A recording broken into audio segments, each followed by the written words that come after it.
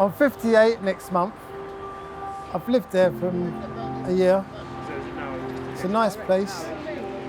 They help you to progress and to put things behind me, like the death of my mother, because I'm still grieving. Doing a bike session, it's nice. It gives me ideas to move on. I'm just so grateful, to know that I've got people to help me to keep my sanity together and to cut out the suicidal thoughts. What's around, what it's in my head.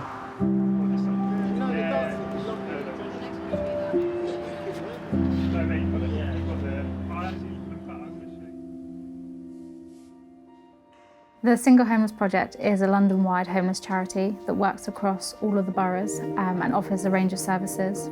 We work with a spectrum of people, from those who have spent long periods of time homeless through to around 800 people at any one time who've been rough sleeping for many years, and often with associated substance addiction and mental health needs. And when we saw that Sports England were advertising a grant focusing on inactivity in over 55s, we started to look at our clients, and it was quite shocking that lots of them spend days and days on their own in their room and they aren't active at all. And I think that just made it really clear to us that this was the project we needed to introduce. And we had no idea at that time just how much more the sports programme would expose the level of poor health that our clients were living with.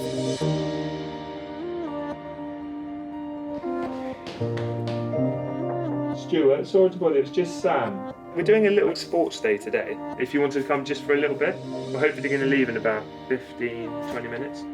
You'd think that in a hostel with 20, 30 individuals, there'd be quite a lot of socialising going on, but there's a lot of loneliness, a lot of isolation where clients just stay in their rooms. We offer a variety of different sports, from yoga to fishing, boxing, bike mechanics. Like a lot of our clients perhaps have mobility issues and have a lot of different abilities. We make sure that it's a nice inclusive session where everyone is at the level that they feel comfortable with. They're often quite relaxed, as we really encourage a social aspect to it.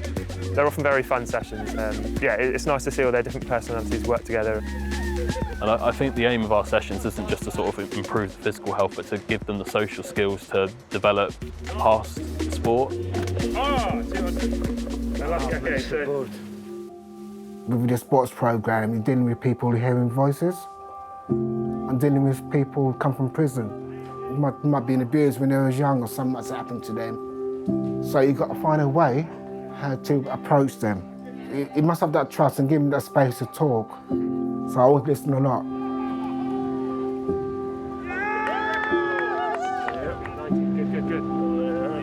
One of the integral elements of the Sport and Health Project is that we need to think about people's psychological and emotional needs.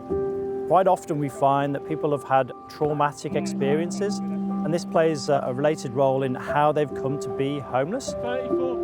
And we try to develop and hold a safe space for people to be in.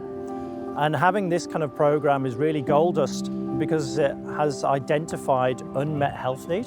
And in doing so, I think we've saved lives. Nice one! I do like doing the bike ride every Friday.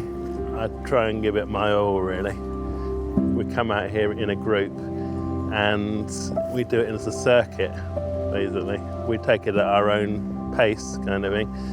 And then sometimes we come back to the cafe at the end of it and have something to eat as well. Nice. 10.2 is the one, nice. Around the year we've had sort of light aerobics for over 50s, what we call chair aerobics. And there are also sporting activities and yoga. It's really an interesting project. Just relax for a minute, just normal breathing, eyes closed. I moved during lockdown into an emergency hotel, and I started training with Sam twice a week, and it gave me something to look forward to, and it occupied my time.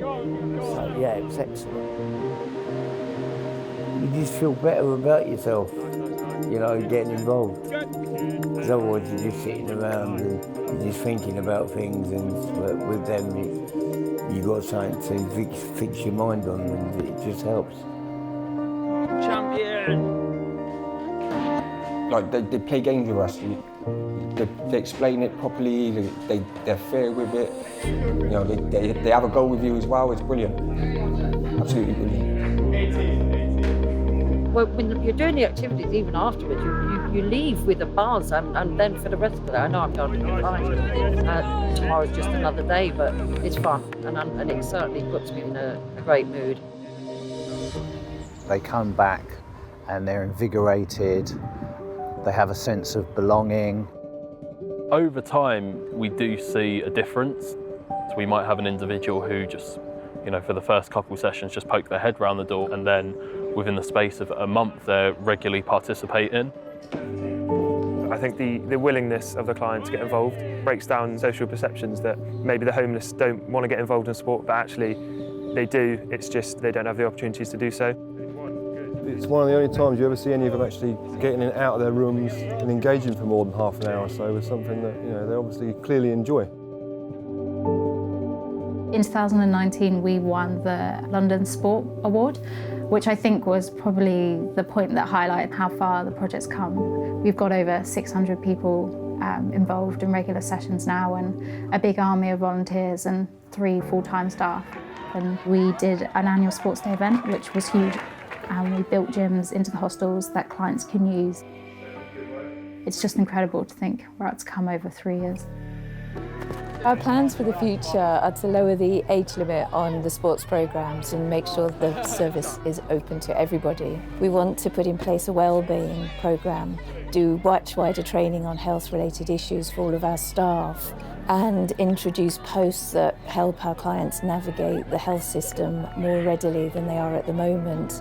Our hope for the future is that we can take what we've learned from work over the last 3 years and share it with partner organisations, because we're just one of many homeless charities in London, and it would be great to see the effect that we've had with their clients as well. It's not always about partaking in the actual sports. I think it's just the fact that it brings people together as well.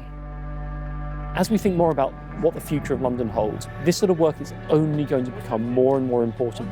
We have been so proud to know Single Homes Project, and quite frankly, very often blown away by the impact of the work they have. And we just wish them all the very best for the future, we really do. Swing like that and then like move the body a bit. You can see the benefits of it like echo out in other areas of their life. He came to me when I needed him. I was very ill in hospital. I had a very bad anxiety. I couldn't relax. And they picked me up and they got me a place to stay. They motivated me through the exercise scheme, and they gave me a bit of confidence to face the world again. I can never thank them enough. It's from the bottom of my heart. Yeah, so I'm very grateful.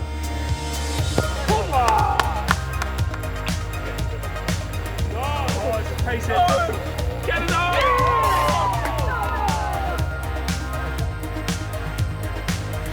Ha ha ha!